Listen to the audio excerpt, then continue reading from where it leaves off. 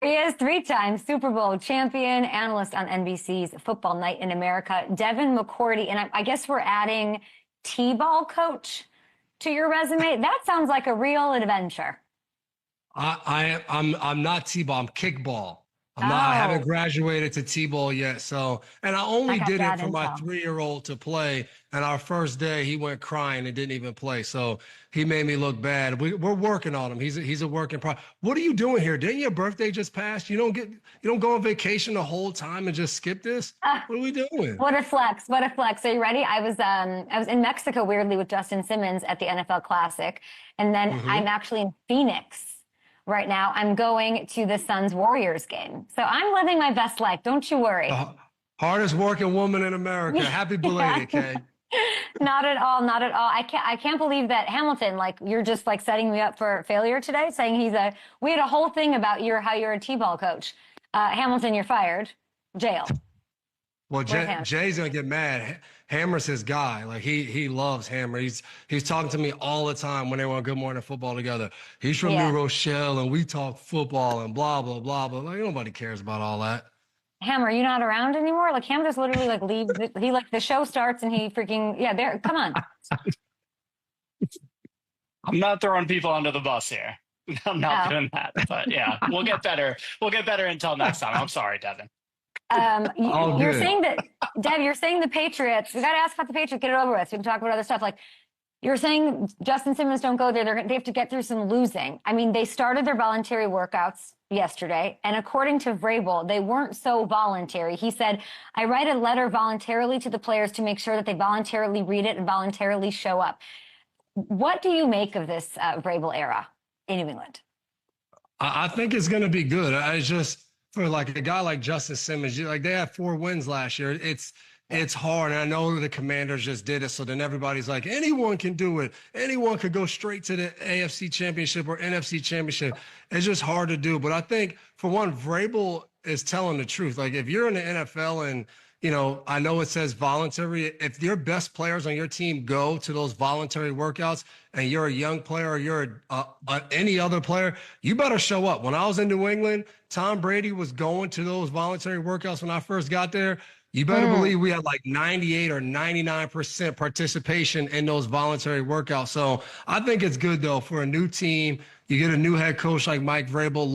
Let everything start to build. Let the culture build. Let's get used to being around each other and prepare for the season that's coming up. So I think New England will definitely be better. But I just think it's going to be hard, playing against Buffalo, playing against the Hmm. Dolphins, to think they're just going to turn it all around and be right in that big game at some point next year. I don't know, Coach Vrabel. Is he as intimidating as even that sentence? Like he's that's kind of his vibe, right? Like he's a bit of a toughie, or is he a fake toughie?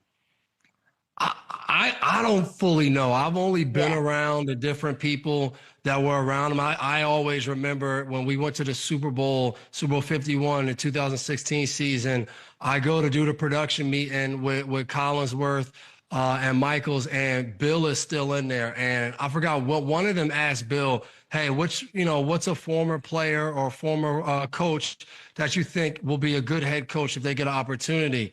And he goes, Vrabel, like says Vrabel right away. And he said, because sometimes to be a good head coach in this league, you got to be a little bit of an a-hole. And Vrabel has plenty of that to pass around to his team. And that's why I think he'll be a head coach. And I think that's what he's going to bring to New England. You see that when he's talking about the voluntary workouts. I think the players are going to Hmm. see that he could be tough. But I think he also has a little bit of the mentality of, hey, I've been there before. I've been a player. I understand what you're going through. I'm going to throw you a bone here and there, but they're going to be a hard-nosed football team. I feel like he's got an opportunity to be known as like that tough coach in a good way, like you're saying. Like Bill Belichick, everyone saw like I wonder if it rings the bell or that's just the kind of culture that works in New England. But Bill, like, I don't know, like Bill's like not I don't look at him like the toughie that he was anymore. Like he's sort of changed. Like It's I totally look at him different. differently. I really do. It's hard not to. Like, did we know Bill Belichick was a hip hop head? He has like Lil Wayne coming through North Carolina. We got all No. these different things. But I think, again, I think all of these coaches, the good ones, they know how to kind of adapt and change to what's going on. When I was there in New England, we would get some of the former players that would come back and they're like, y'all do what? Well, this is Bill soft now. And then at the end of my career, the way our just morning meetings went were drastically different than when I first got there. And he was just annihilating guys one by one. And our lowlights, like that kind of went away because I think he felt like guys couldn't handle it the same way they did before. So I think all these coaches have the ability to adapt. And even Andy Reid, everybody thinks he saw. You hear players talk about his practices, hard, they run a lot. Like, it's hard to win in the NFL. That's just, it is what it is.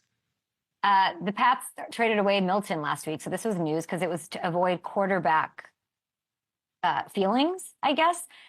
New England media is still all over. You know, Tom Kerr and Phil Perry, they're reporting. They want to hear from you on this. The headlines are like, are the Patriots babying Drake May? And that's literally a headline that was on the Sports Hub. And they called Drake May a diva, was a WEEI sort of. I don't know if it was a joke or not. I didn't hear it directly, but I read it. What do you think of that reaction in New England? You know what it is. Like, why would we have a positive reaction in New England if you're a sports talk? Really? Like, they don't believe in that. And I think it makes sense. Like, I got to be around Joe Milton. Jay and myself, we called their preseason games. And Joe Milton has a very high energy.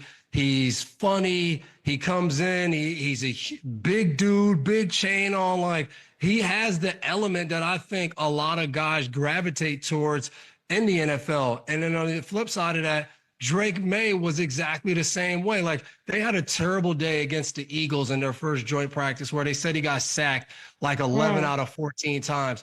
We asked Drake about it. He was like, I just went back, watched the film, and I studied on what I would have done if there wasn't any pressure and then what I should have done with the pressure being there. Never complained about anything. And I think New England got ahead of the thought because I think Joe Milton in his heart, and I think he truly feels he's better than Drake May.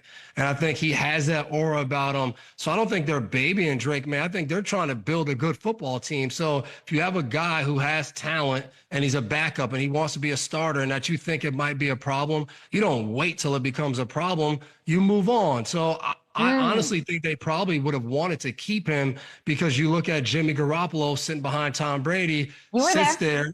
You trade him, you get great value in developing the guy. I'm sure Josh McDaniels would have loved to develop Joe Milton, see what he turns into. If Drake May becomes your guy, you trade him. If not, you put Joe in there. But they avoided, I think, what could end up being an issue down the line. Really well said. Last one on the Pats, because there's other more important things to talk about. This Travis Hunter would be so fun. You know, I talked to Elliot Wolf at owners meetings last week. Like, it would be so fun. They're sitting there at 4. I'm sure you know he wants to play both sides of the ball. I want you to listen to what he said about how many snaps he wants to play. What are you at the next level? Both, just like you saw me play. You want to do both. How many snaps in a football game can you play? All of them, if they give me the chance and the opportunity to do it. He's making it sound pretty easy, Dev. The guy's unbelievable. I played 115 snaps in a college game.